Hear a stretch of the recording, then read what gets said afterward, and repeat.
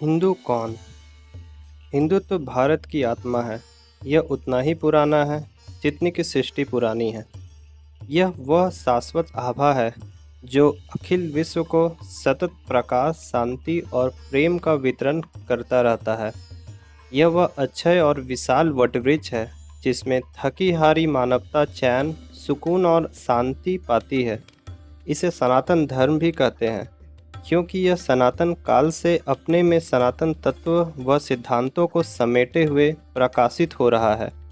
इसके संस्थापक सनातन परमात्मा है। अखिल विश्व में धर्म व ज्ञान की प्रभा यही से विकसित हुई है। इसके मूल ग्रंथ वेद, उपनिषद और गीता है। जो इन ग्रंथों को जितना समझ सका वह अपने जीवन को उतना ही सुव्यवस्थित, सुसंस्कृत एवं सुरभ्य बना पाया। यह अखिल विश्व की शान एवं सुख शांति की वितान है। जो भी इनकी शरण में आता है वह शांति का अमृत प्रसाद अवश्य पाता है।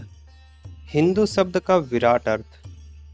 प्रश्न उठता है कि हिंदुत्व या सनातन धर्म क्या है, इसकी पहचान क्या है। आइए इस पर विचार करते हैं। भारत भूमि में जन्म लेने वाले किसी भी महापुरुष का फॉलोअर यानी मानने वाले अनुयायी हिंदू हैं, चाहे वे भारत में रहते हों या दुनिया के किसी अन्य कोने में। जो अपना पूर्वज किसी भी भारतीय को मानते हैं वे भी हिंदू हैं। जैसे रामकृष्ण का अवतार भारत में हुआ, अतः रामकृष्ण को मानने वाले हिंदू हैं। शिव दुर्गा आदि भारत में हुए, इसलिए शिव दुर्गा आदि को मानने वाले हिंदू हैं। देवी दुर्गा ने दक्षिण भारत के मैसूर के दुष्ट एवं आतंकी राजा महिषासुर का वध किया। महिषासुर मर्दिनी दुर्गा जी भारत की है, अतः उनको मानने वाले हिंदू हैं। अंबेडकर का जन्म भारत में हुआ है। बुद्ध भी भारत में हुए। महावीर स्वामी अथवा 24 तीर्थकर भी भारत में हुए हैं। इसलिए अंबेडकर अथवा बुद्ध को मानने वाले बौद्ध, महावीर स्वामी या 24 तीर्थकरों को मानने वाले जैन भी हिंदू हैं। भारत में जन्मे पेरियार रामास्वामी नायकर दक्षिण भारत के संत अथवा किसी अन्य संत महापुरुष आदि को मानने वाले हिंदू हैं। हो सकता है कि पेरियार ईश्वर को न मानते हों, लेकिन है तो वे भारत के, भले ही वे ईश्वर को माने या न माने। उनके फॉलोअर उनकी वाणियों पर भरोसा करते हैं।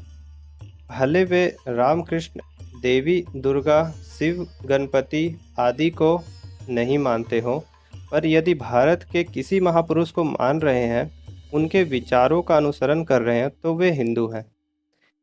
कबीर को मानने वाले लाख कह लें कि वे देवी देवता को, मूर्ति या साकार को नहीं मानते, लेकिन कबीर भारत के हैं, इसलिए उनको मानने वाले निश्चय ही हिंदू हैं।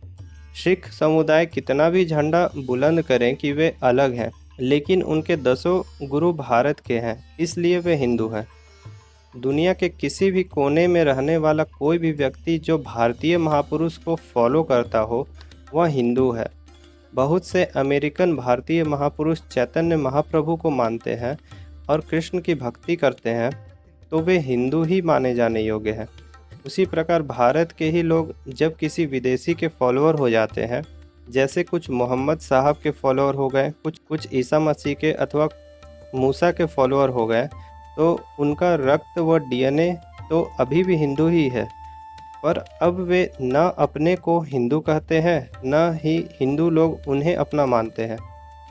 नास्तिक, आस्तिक, वेद को मानने वाले, वेद की निंदा करने वाले, खाओ पियो मौज करो पर विश्वास करने वाले, चार्वाक को मानने वाले हो, चाहे विरोचन की आसुरी बुद्धि को स्वीकार करने वाले हो, सभी हिंदू हैं। यद्यपि बहुत से सूफी संत भी भारत में ही जन्म लिए। कभी उनके पूर्वज बाहर से आए होंगे, पर वे भारत भूमि के किसी भी कोने में जन्म लिए तो उनको फॉलो करने वाले हिंदू ही हैं। हिंदुत्व की खूंटी पर वे अपने सूफी मत के कोट को टांगे हुए हैं। उनमें जो आत्मा परमात्मा की संयुक्तता, आत्मा का परमात्मा में विलय आदि बातें आती हैं, वे बहुत कुछ हिंदू धर्म से, वेद और वेदांत से ली गई हैं।